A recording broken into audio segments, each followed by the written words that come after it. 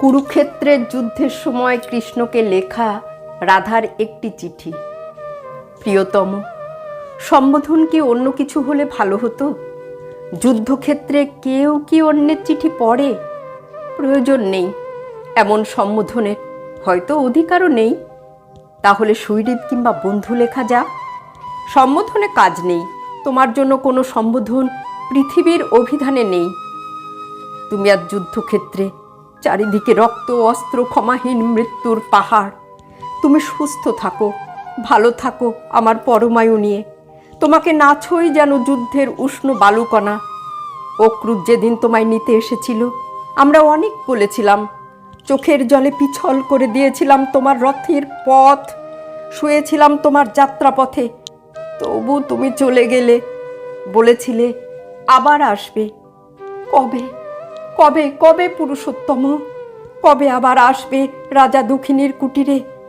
এবার এলে দেখাবো তোমার সেই প্রিয় ধবলির দুটো দুষ্ট বাছুর, যমুনার সেই কদম গাছটির একটি শিশু চারা, সেই তমাল বনে বাসা বেঁধেছে রং বেরঙের প্রজাপতি।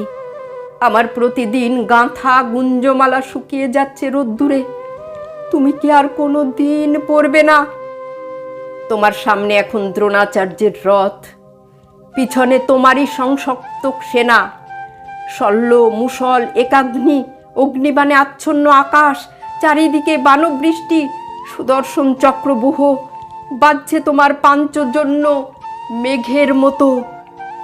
এমনও দিনে তোমার কি একবারও মনে পড়ে সেই তমাল বনে বৃষ্টি, সেই মেঘের ডাক, সেই কুঞ্জের পথে অন্ধকারে দুজনে পথ হারিয়েছি? ছপ ছপ বাদল রাতে দুই পথহারা পাগল, ওপরে ক্রন্দশী আকাশ। তুমি আমায় বলেছিলে, আমার প্রাণ, আমার জীবন, আমার স্বপ্ন, সব সব সব তুমি। মনে পড়ে না তোমার? চন্দ্রাবলীর কুঞ্জে যাওয়ার জন্য সেই অভিমান। তুমি এলে ভৈরবের সাজে, জটাজাল রুদ্রাক্ষ ত্রিশূলে লুকিয়েছিলে নটবর বেশ। আমার মান ভাঙাতে বলেছিলে, দেহি পদপল্লবম উদারম। সেই তুমি বিশ্বরাজ জগদীশ্বর লুটিয়ে পড়েছিলে এই দাসীর পায়ে। কি লজ্জা, কি লজ্জা! কি বোকা ছিলাম তখন। আজ মনে হয় একবার তোমার পায়ে নিবেদন করি আমার সব লজ্জা। বলি, ক্ষমা করো, ক্ষমা করো আমায়, আমি তোমারই। হয়তো এরই নাম দ্বিচারিতা, স্বামী নিন্দা মহাপাতক। আমার স্বামী আয়ান ঘোষ, শাশুড়ি জটিলা আর ননদ কুটিলা। চারিদিকে বিবর্ণ দেওয়াল। দুধের হিসাব কষতে গিয়ে কখনো যারা আকাশ দেখেনি, তুমিই তাদের দেখিয়েছিলে সোনার আকাশ, পদ্ম পাতায় ফলে আছে মুক্ত ফল। যেদিন প্রথম জ্বালিয়ে গেলে প্রদীপ, যার আলোয় জানলাম আমি শুধু কারো স্ত্রী, কারো পুত্রবধূ নই, আমি একজন সম্পূর্ণ মানুষ, ষড়ৈশ্বর্যশালিনী, আমি রাজেন্দ্র নন্দিনী। অবলা, সরলা, কুলবালা থেকে আমার নারী হওয়া, মানুষ হয়ে ওঠা শুরু। আর তুমি আমার দর্পণ, যাতে নিজেকে দেখেছি।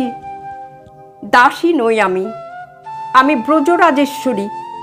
আমি রুক্মিণীর বেশবাস জানি না, সত্যভামার বীরত্ব জানি না, জাম্ববতীর প্রেম জানি না।